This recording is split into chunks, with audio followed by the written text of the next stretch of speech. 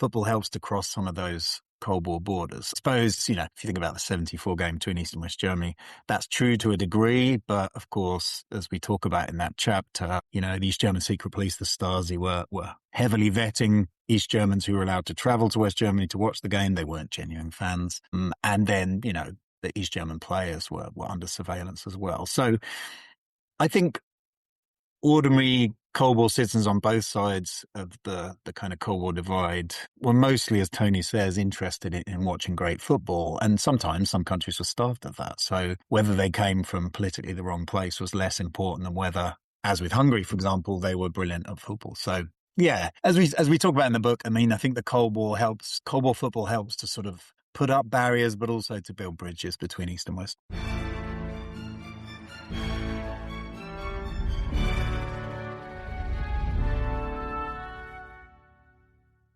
Hello, I'm Zeb Links, editor at Aspects of History. In just a few days' time, the 2026 FIFA World Cup will begin, a vast 48-team affair across North America, the geopolitical backdrop to the tournament as fractious as it has ever been in my lifetime. It goes without saying, however, that ideology, propaganda and diplomacy have always been at the forefront of the beautiful game throughout the tournament's history. Joining me for this week's episode are Tony Shaw and Alan McDougall. Their collaborative efforts in Cold War football are history in 10 matches, making for a fascinating dive into the sport on both sides of the Iron Curtain and beyond.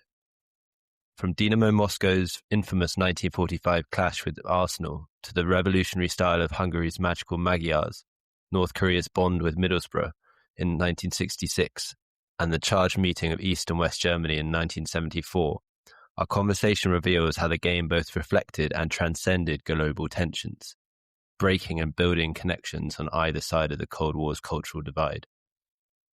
Next week on the podcast, historian Guy Walters discusses his new book, Stealing Hitler's Rocket, the remarkable story of the race to uncover the secrets of Nazi Germany's devastating V2s. From the terror these rockets brought to London to the British intelligence efforts and the Polish resistance, the episode will focus on the lesser-known tales behind some of Hitler's most advanced weaponry. But for now, please enjoy my discussion of Cold War football with Tony and Alan.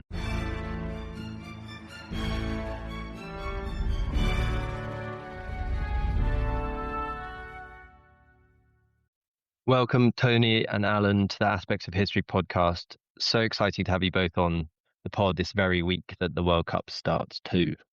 Hey, nice to be here, Zeb. Yeah, hi. So, Cold War football, a history in 10 matches, co-written by the both of you, released in a few days' time. What a topic.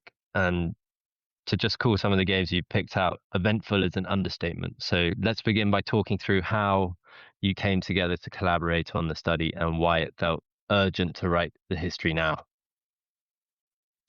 We're both huge football fans. I'm a Man United fan. Alan's a big Liverpool fan. So it's a rare combination. It's a rare partnership. And I've written thought quite a lot about what's called the cultural Cold War. There's been a real revolution in how the Cold War is studied in the past couple of decades. And part of that is the cultural side of it. In other words, how media and consumerism changed the fabric of the Cold War. And I thought maybe there hasn't been a really accessible book written on the role of football in it. And what triggered my interest was being reminded of the famous phrase by George Orwell that, what's that phrase? Alan, help me out here. Wow, sport is war minus the shooting. Yeah, absolutely. Yeah, and that really came after our first match from 1945, which was a game between Dynamo Moscow and Arsenal, and how Orwell was basically saying that match went so badly wrong in diplomatic terms. It maybe didn't trigger the Cold War, of course. A football match couldn't have done that. But it worsened relations between the Soviet Union and Britain at a key stage in the development of the Cold War. And Orwell was saying that, is international football really a way of bringing people together? It seems to engender hatred. And that got me thinking, well, if that's one match pre-Cold War, what about other matches that might have happened during the Cold War? And I thought of Alan, because Alan's much more of football historian than I am, more of a Cold War historian. Um, and hence, we got our heads together and tried to construct 10 matches, which would tell a story about different aspects of the Cold War, not just at different times, not just at different places, but each chapter tells us something different about either the Cold War affecting football or football affecting the Cold War.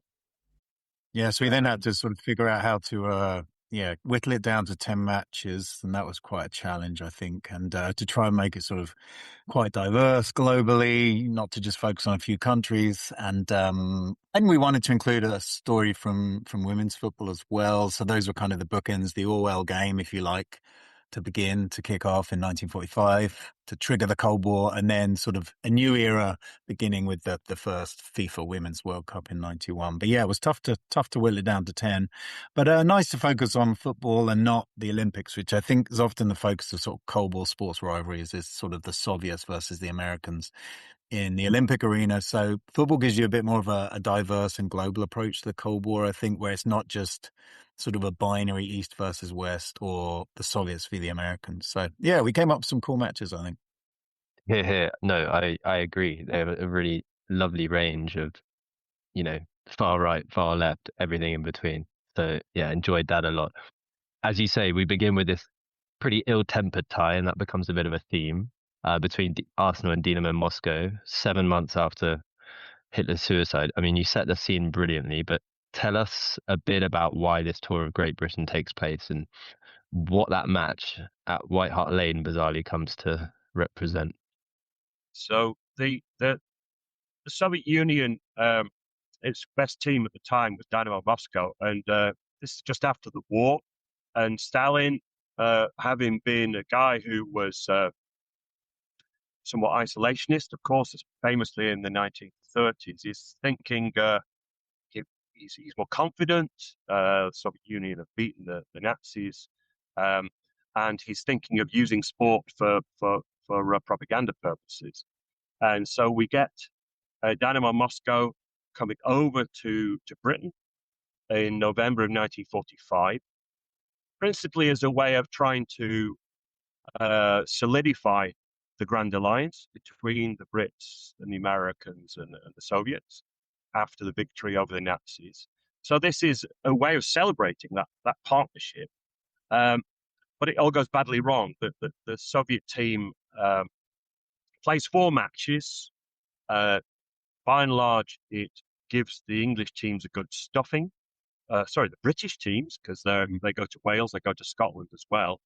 They come out on top throughout the whole of those across the 4-match tour. And they play this wonderful football, which British fans haven't seen before. Pasavochka, it's called. It's, the Brits were raised on very direct football, kicking from the goalkeeper or using wingers. But the way the Soviets played was very innovative. Short passing, movement of players, which becomes sort of, a precursor to the total football of Holland of the 1970s. And the Arsenal game itself becomes in part so violent ultimately because it's played in fog. The game shouldn't really be played. That the fans couldn't see the players could hardly see themselves. And you've got accusations being made throughout the 90 minutes of players hacking at one another, or the Soviets are accused of using 12 men to bring in on substitutes without the removal of a player, because of course the referee couldn't necessarily see. There's a story of one of the Arsenal players being sent off by the referee for violent conduct, but then doesn't go for an early bath. He stays on the pitch. So the Arsenal team has 12 players. And then the Arsenal manager is accused of trying to persuade the referee to call to stop the game when he realizes that Arsenal are likely to lose. He wants the game stopped. This is a Soviet allegation because he put a capitalist heavy bet on Arsenal winning the game, and he didn't want to lose his money or his team be embarrassed. So, the whole game, the game ends up as thrilling. It's 4-3 victory by Dynamo Moscow. Once again, showing that the Soviets can beat the Brits on home soil. It's humiliating for the British. It's a major victory for Soviet propaganda and pride. And it really sort of spoils that partnership, or helps spoil that partnership, which had helped defeat Hitler. I mean, a real curtain raiser to what follows. You were talking there about the Soviet style and how that hadn't really been seen before. I think one really interesting kind of thematic point to draw out of the games is those kind of links and paradoxes you build between, teams on the pitch style, experimentalism, and the kind of authoritarian or democratic situations at play in the associations and the government. So not least with that magical Magyars, those two staggering defeats of England, but they ultimately failed to win the 54 World Cup. Do you think that trope of kind of experimentalism versus conservatism changes throughout the span of the 46 years you cover? That's an interesting question. I mean, as Tony said, the precursor not just to the Dutch total football of the 70s, but the magical Magyars was the sort of Dynamo team who tore Britain in this very stormy fashion in 1945. And then you have an interesting paradox with the next game that we talk about, the infamous 1954 World Cup final, where Hungary, hot favourites, lose to the then underdog, weirdly, West Germans, in the final. And that Hungarian team was this kind of building on that Pasavochka style, sort of very fluid interplay, a deep-lying number 9, players who were comfortable in different positions, a ball-playing goalkeeper, very modern kind of 21st century looking football, which, as you mentioned there, led to further British humiliations in the two games where Hungary thrashed England in 53 and 54, 6-3, and then 7-1 back in Budapest.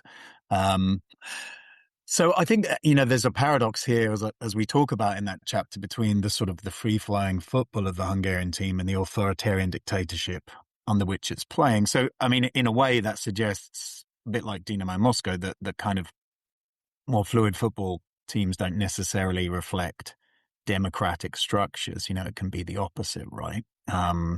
Maybe that's a bit different with the Dutch team of the 70s, in a democracy in Western Europe, which also plays a similarly fluent, short passing style. I think what happens, broadly speaking, in the Soviet bloc, maybe, and to the Soviet Union, is the kind of revolutionary styles of the early Cold War, when there's optimism that communism will take over the world, as Tony was alluding to, the great optimism of the Soviet Union after 1945, despite the economic and personnel costs of the war. I feel that dissipates towards the end of the Cold War, and when we encountered the Soviet Union in later games, even in the 64 final against Franco's Spain, then in the non-match against Chile in 73, when they're worried about going to Santiago and encountering Pinochet, but also encountering a possible defeat to Chile.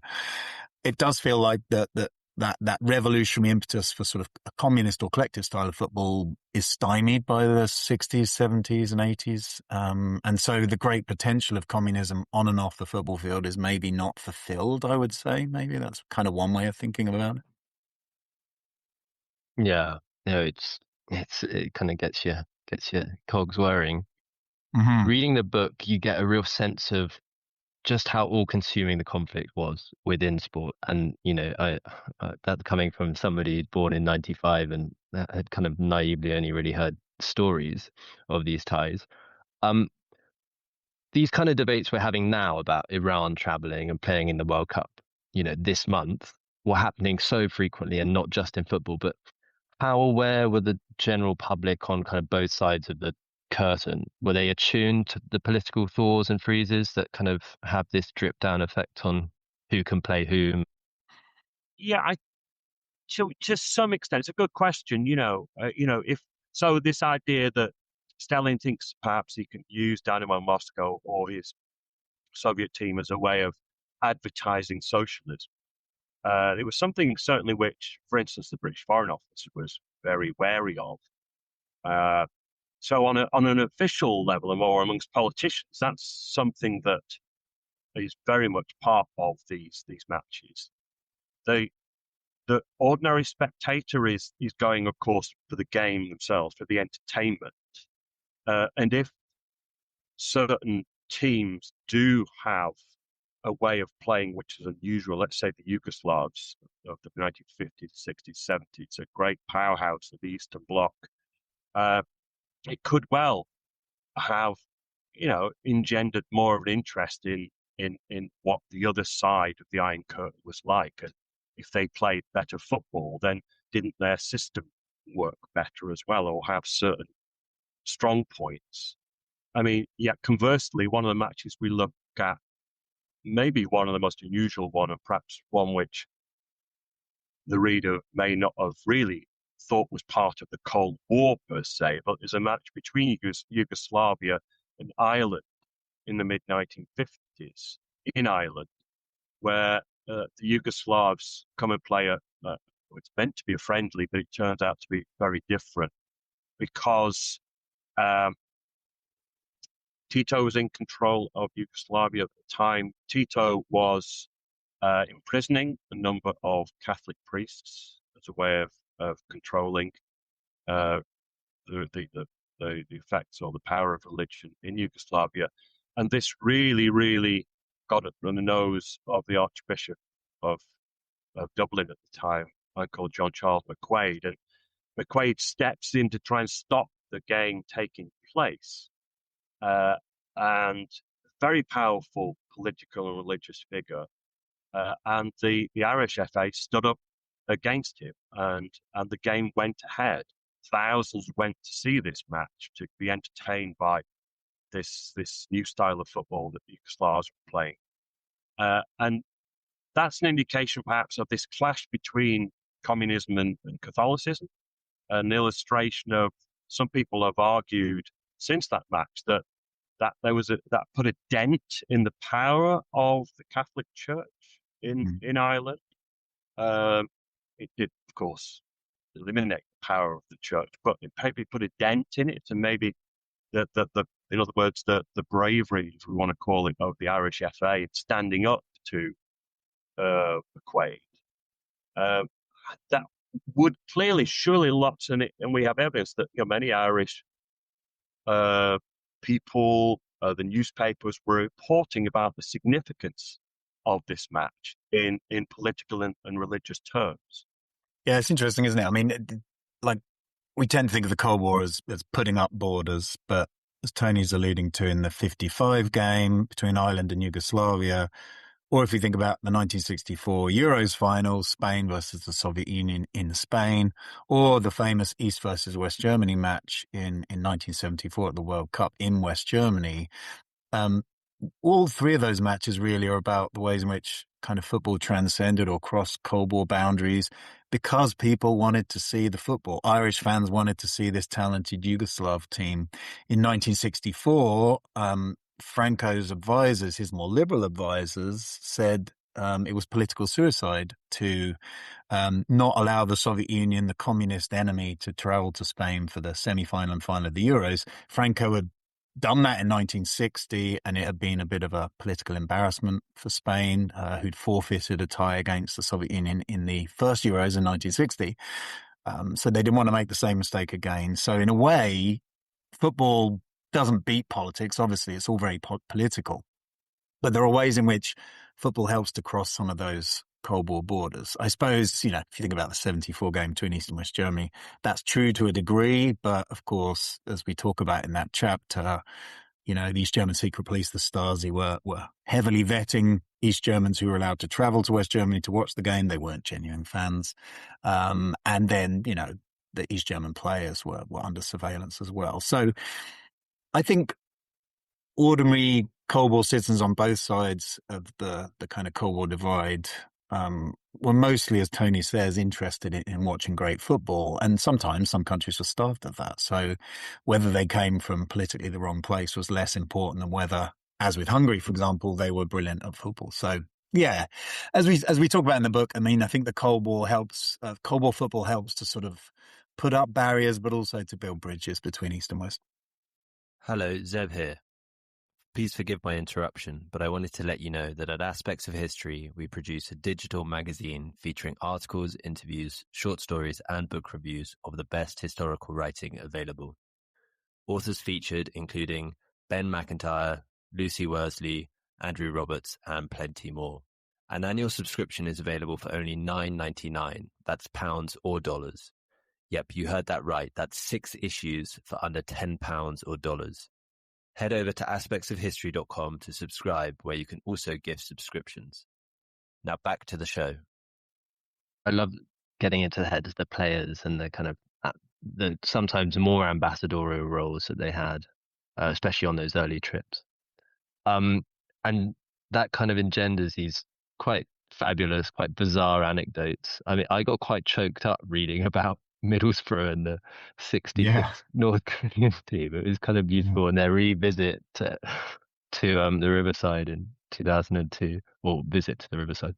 But also, angry about that Pinochet game, Chile playing nobody when the Soviets boycotted in 73, and the National Stadium becoming this detention camp. It kind of struck me, it was kind of Shankly's life and death quote, much more important, comes to mind. But is it hard to rationalize that research coherently when you do have the kind of sublime ridiculous to the tragic? Not really, I don't think. I think we're, as you perhaps were saying earlier, Seb, with the politicization of football more recently, and certainly with the World Cup, which is kicking off. We're looking, when we're writing the book, we were looking for these oddities.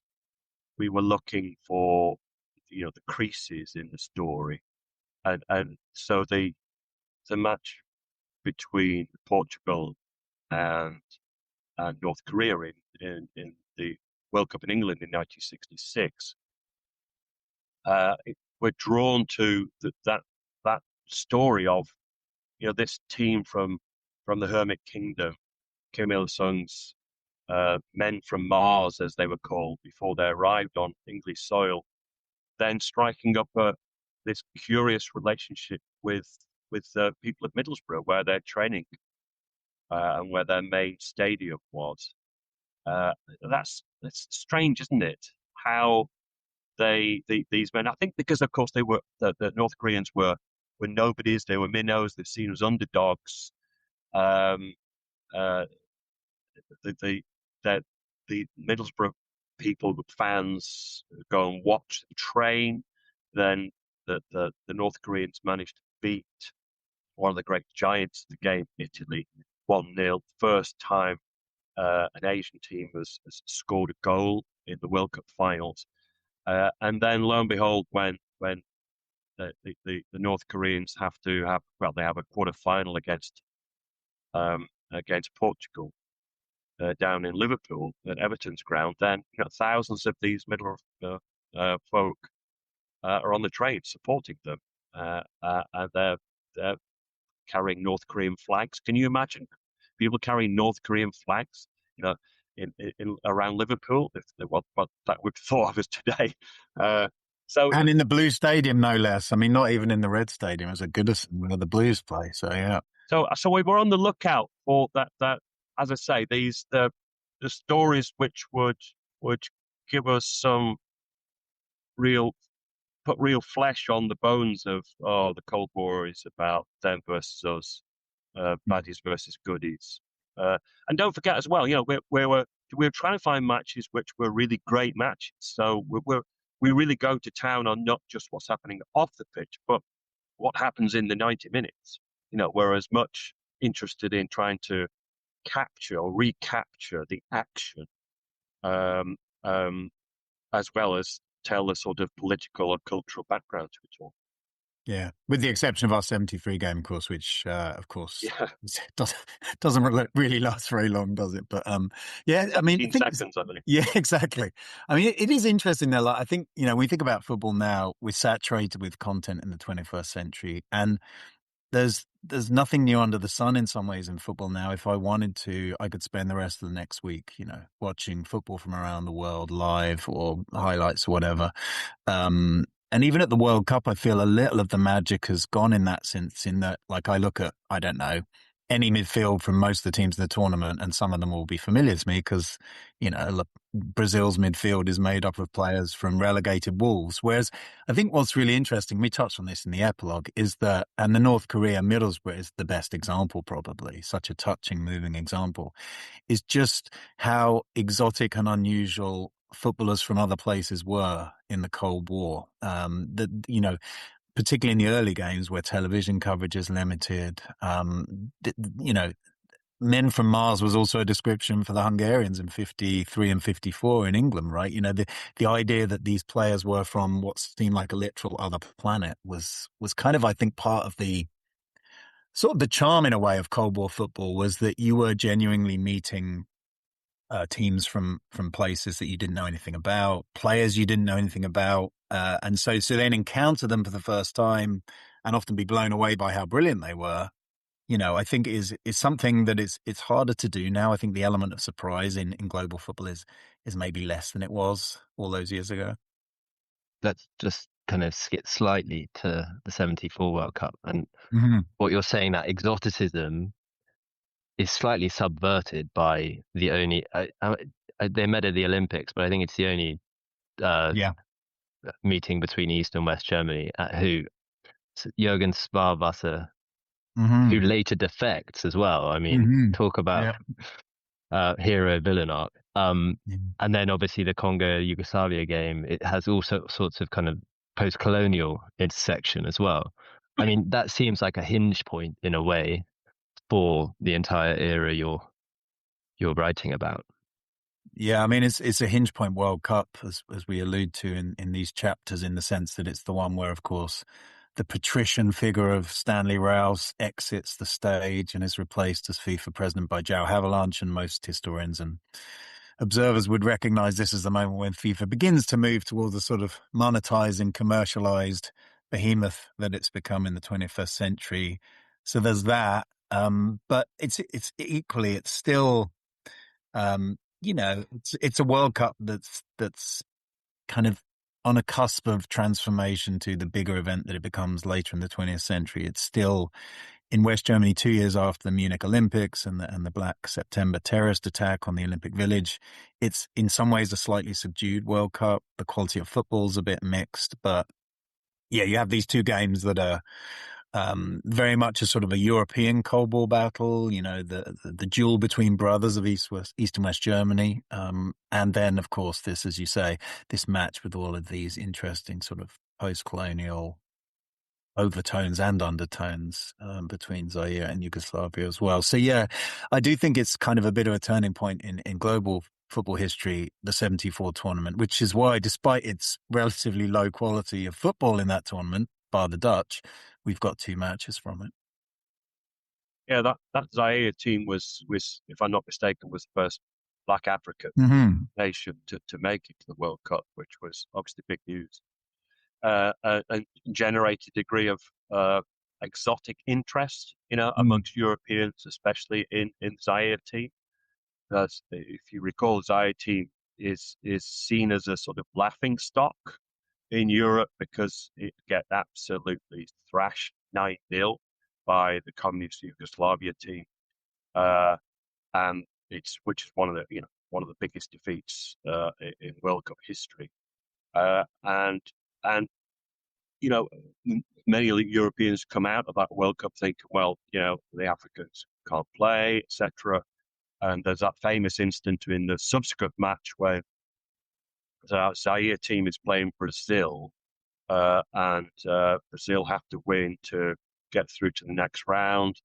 We now know that behind the scenes, Zaire dictator Mobutu was putting huge pressure on his players. They lost by something like 3 goals, then they may not see their families again, and that leads to that notorious free kick incident where one of the Zaire players hears the whistle and just runs up and puffs the ball up the pitch. And at the time, it's reported as these guys don't even know the rules, let alone they don't know how to play the game. But if, as we've done and looked behind the scenes, there's a very different sort of political explanation for that.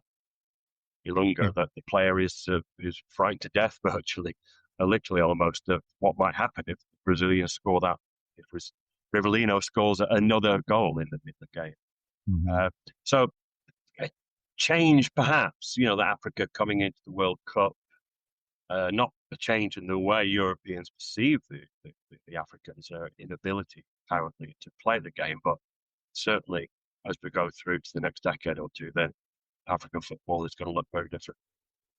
Well, I was just going to say, DRC have qualified for their first World Cup since that very tournament. And we wish them well. It will be interesting to see. Especially I'm in Africa at the moment, and I think there'll be plenty of support from the Malawians. So I'm going to ask the last kind of football-related question. Sure. But Puskas, you mentioned him in your epilogue talking about this kind of, he didn't care. It was the football for him, though he kind of acknowledged the ideological divide had become this kind of fixation with money. And I don't know if you envision, I mean, I'm sure there are plenty of football writers writing these books at the moment, but can you envision in 50 years' time, two historians such as yourselves kind of exploring this kind of plutocratic, kind of politically pandering era in a similar vein? So yeah, like a history of post-Cold War football in 10 matches. Yeah, that would be interesting, wouldn't it? Or like a history of 10 matches at the sort of, I don't know what you call them, the oligarchical World Cups, or you could do sort of the Russia, Qatar, USA trifecta from 2018 to 2026.